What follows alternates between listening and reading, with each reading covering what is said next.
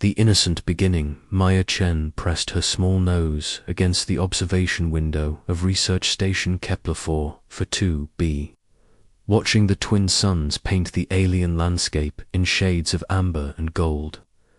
The 9-year-old girl had been born on this distant world, where towering crystalline formations grew alongside impossible flora that seemed to dance in the gentle breeze.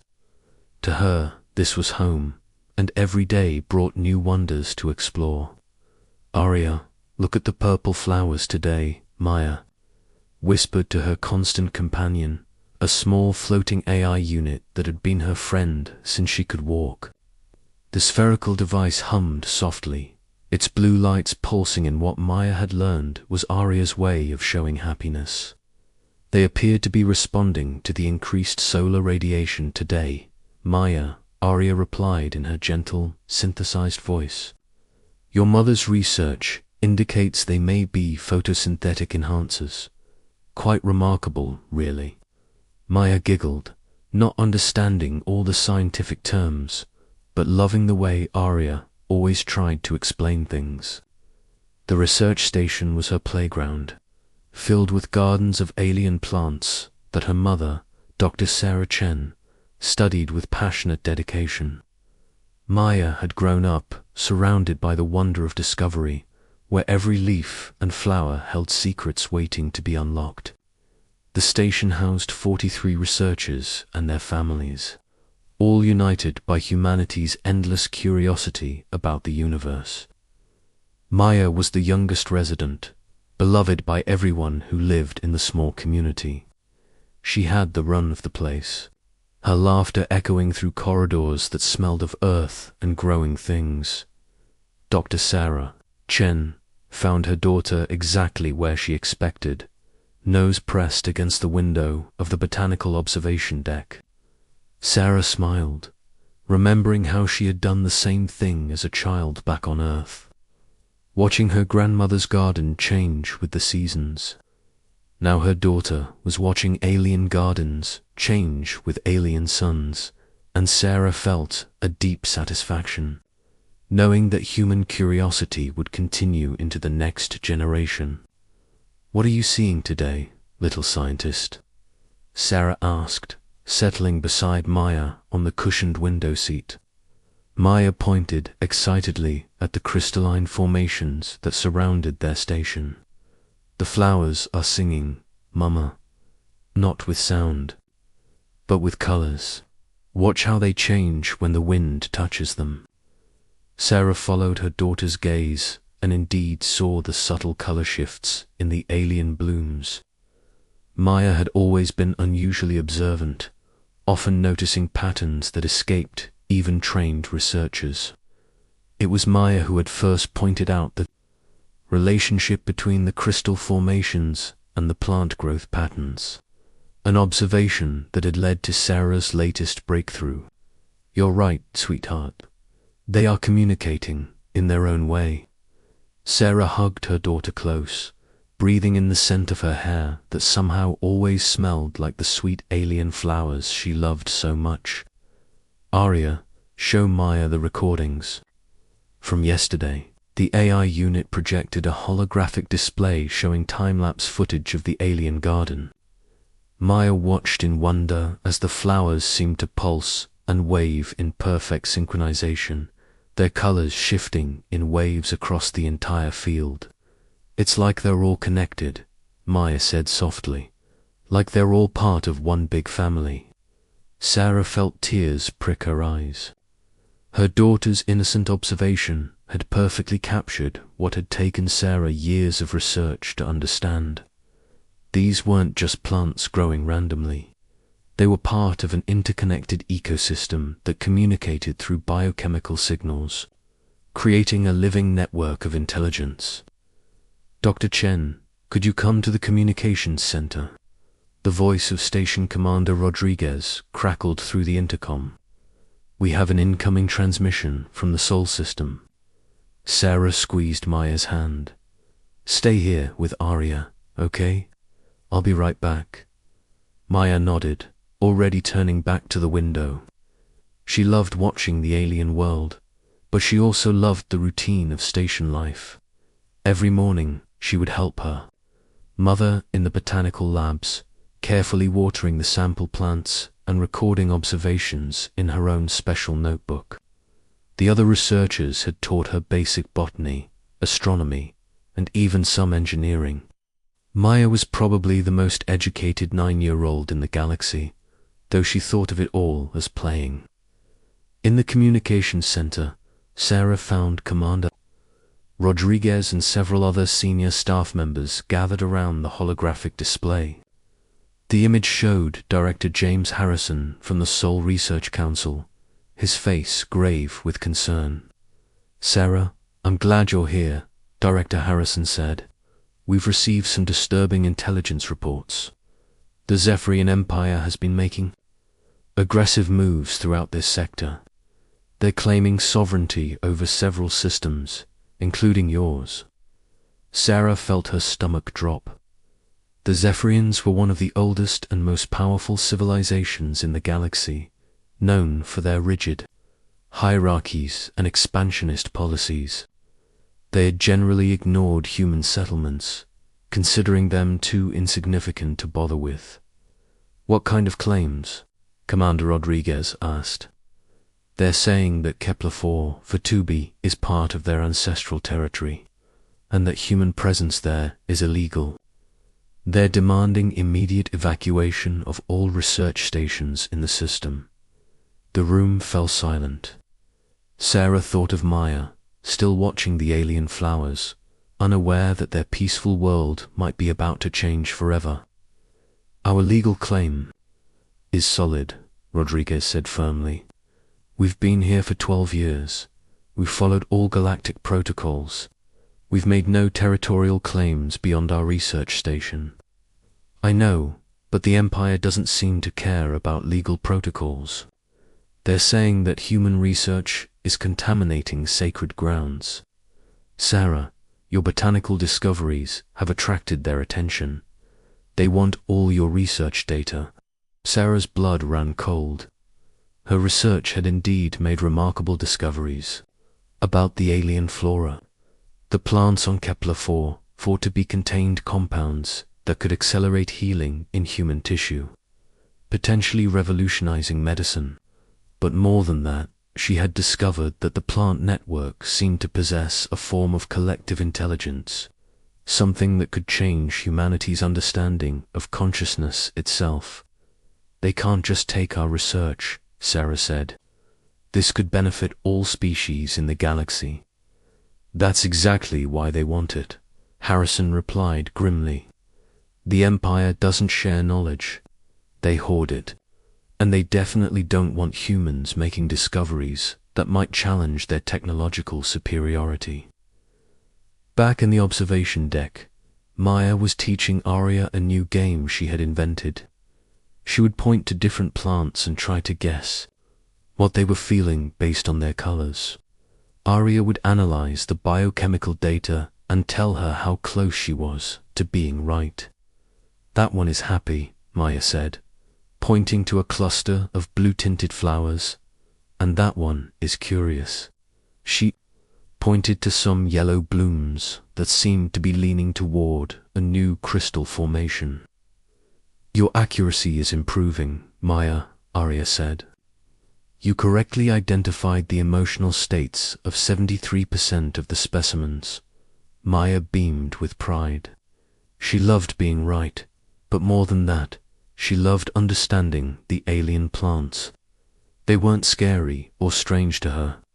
They were friends who just spoke a different language. "Arya, why do you think the flowers like the crystals so much?" Maya asked. "The crystals appear to amplify and focus the plant's biochemical communication networks," Arya explained. "They may be using them as a form of natural technology." Maya's eyes widened. "You mean the flowers built the crystals?" "It's more likely. They grew together, each species helping the other.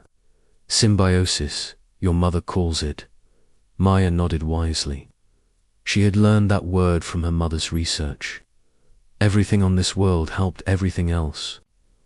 The flowers helped the crystals grow. The crystals helped the flowers communicate.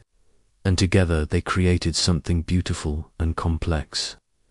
The communication session ended with Director Harrison promising to send updated intelligence reports and legal documentation supporting humanity's claim to the research station. But everyone in the room knew that legal documents meant little if the Empire decided to use force. Sarah returned to find Maya exactly where she had left her, now drawing pictures of the alien flowers in her notebook. The child's drawings were surprisingly detailed, showing not just the shapes and colors of the plants, but somehow capturing their essence, their living vitality. "What are you drawing, sweetheart?" Sarah asked, sitting beside her daughter. "I'm drawing their feelings," Maya said seriously, "so I can remember them if we ever have to leave." Sarah's heart clenched. Somehow, Maya had sensed the tension in the station, the worry that the adults tried to hide. Children were often more perceptive than adults gave them credit for.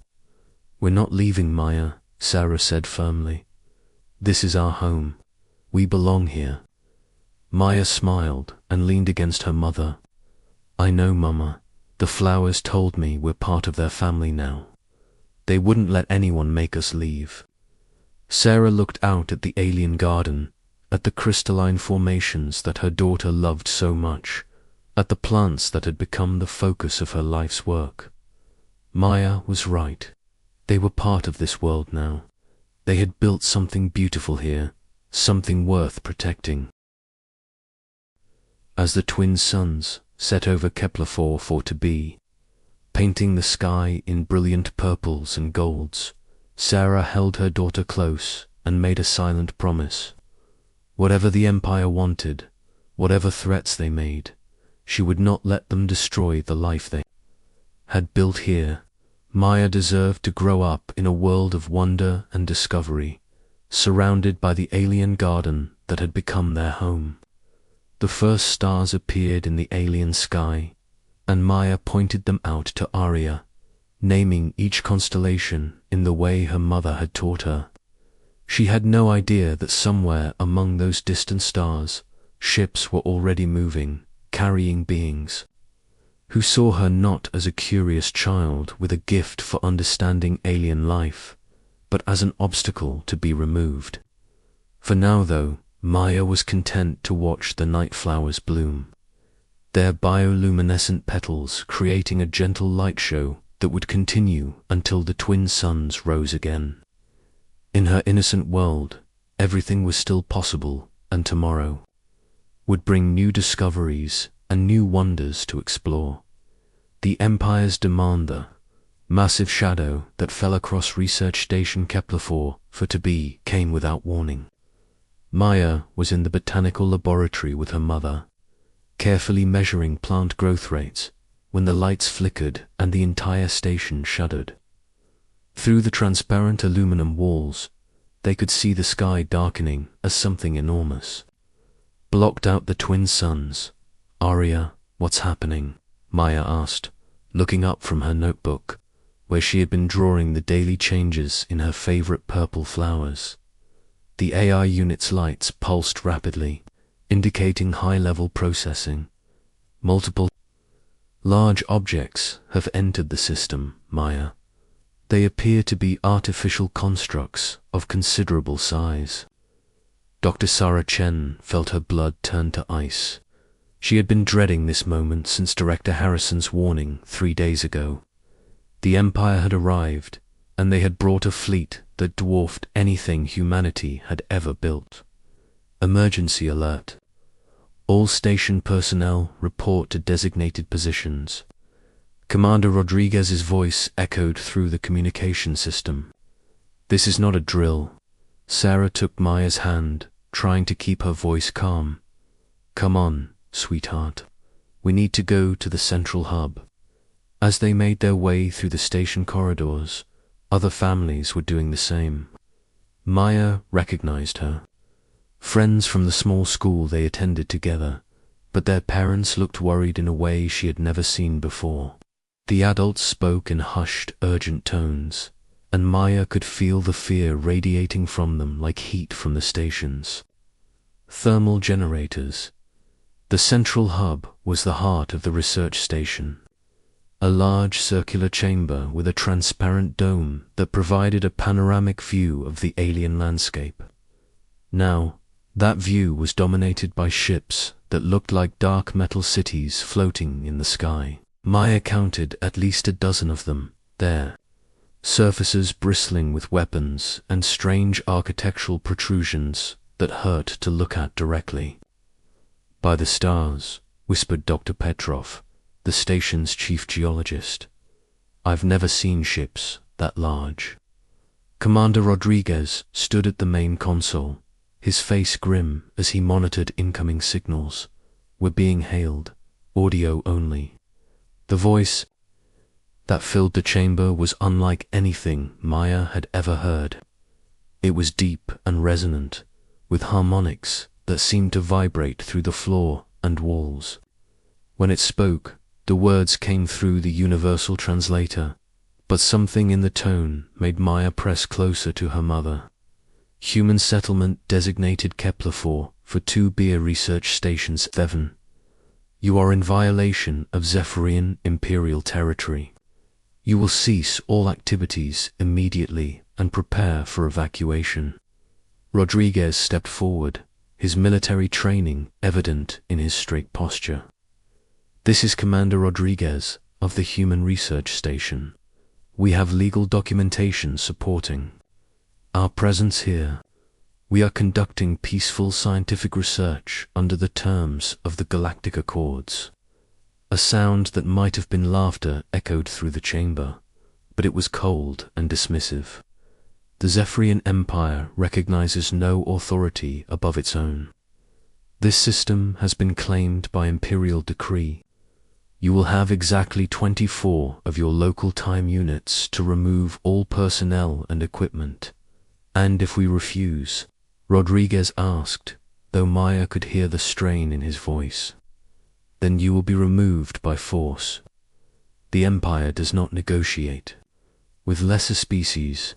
The communication ended with a finality that left the chamber in stunned silence. Maya looked up at her mother, confusion clear in her young face. "Mama, what did they mean by lesser species?" Maya asked innocently.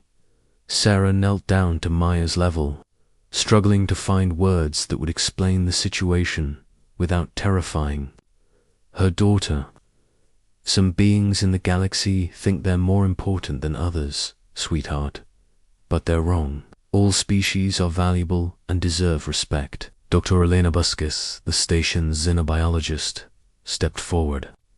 "Commander, we can't just abandon 12 years of research. The discoveries we've made here could benefit the entire galaxy, and we can't abandon the plants," Maya added seriously. "They're part of our family now. They need us." Several of the adults smiled despite the gravity of the situation.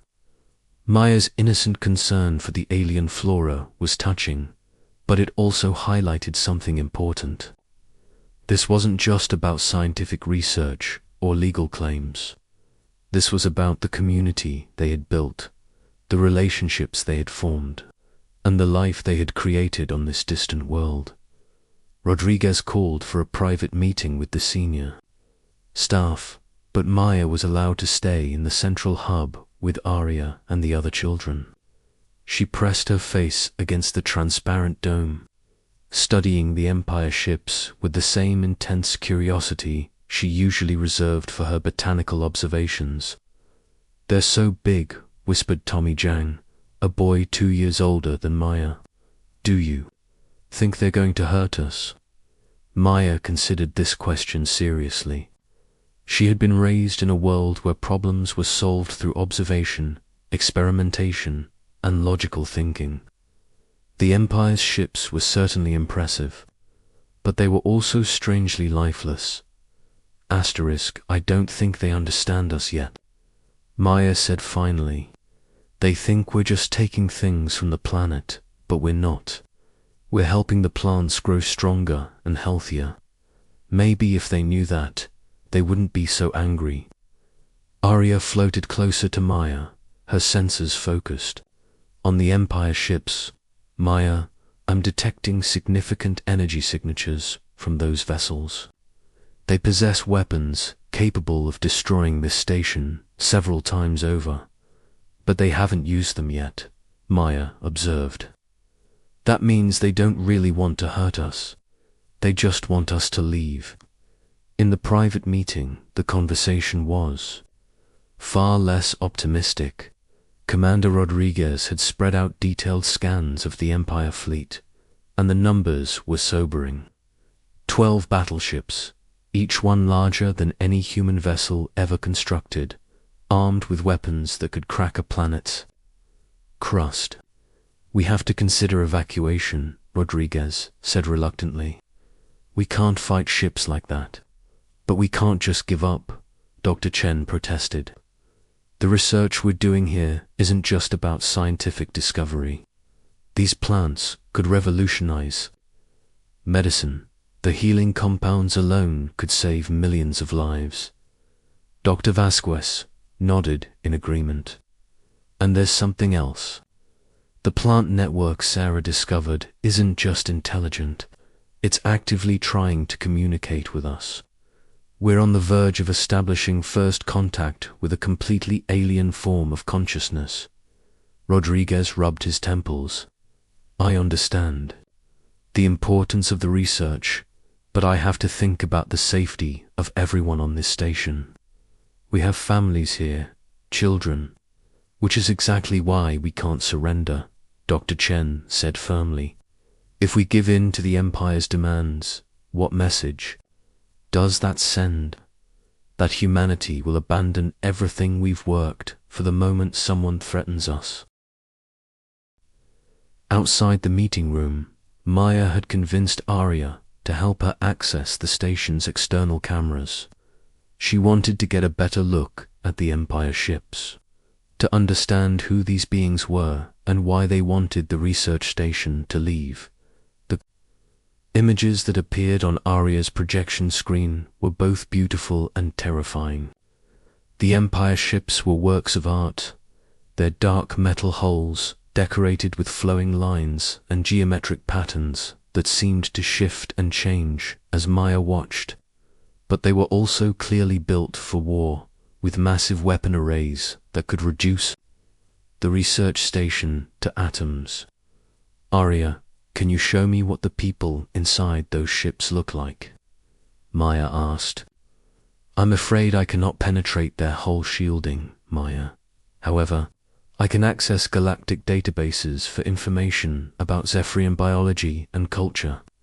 A new image appeared, showing a tall, humanoid figure with elongated limbs and a head that seemed too large for its body. The Zephyrian skin was a deep blue-green color, and its eyes were solid black, like looking into deep space. They're beautiful, Maya said, surprising Arya with her reaction. But they look sad, like they've forgotten how to be happy. Arya's lights pulsed in what Maya had learned was confusion. I'm not sure I understand your assessment, Maya. Look at their faces, Maya explained, pointing to the holographic image. They're not angry or mean. They're just ... empty. Like they don't remember what it feels like to discover something new. The AI unit processed this observation for several microseconds. You may be correct, Maya. Zephyrian culture values order and control above exploration and discovery. They have not made a significant scientific breakthrough in over 1,000 years. Maya nodded as if this confirmed something she had suspected. That's why they want Mama's research. They want to remember what it feels like to learn something new. Back in the meeting room, the discussion had grown heated.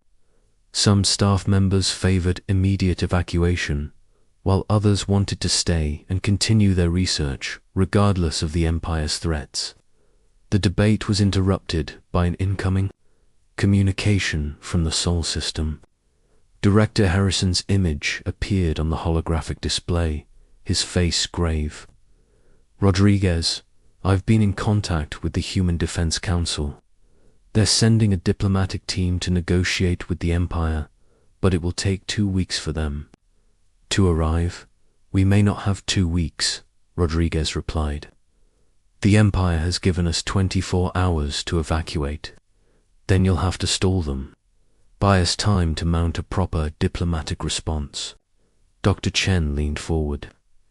"Director, what about the research data? Even if we evacuate, we can't let the Empire destroy what we've discovered here." Harrison's expression grew even more serious.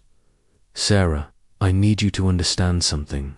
The Empire doesn't just want your research, they want to suppress it.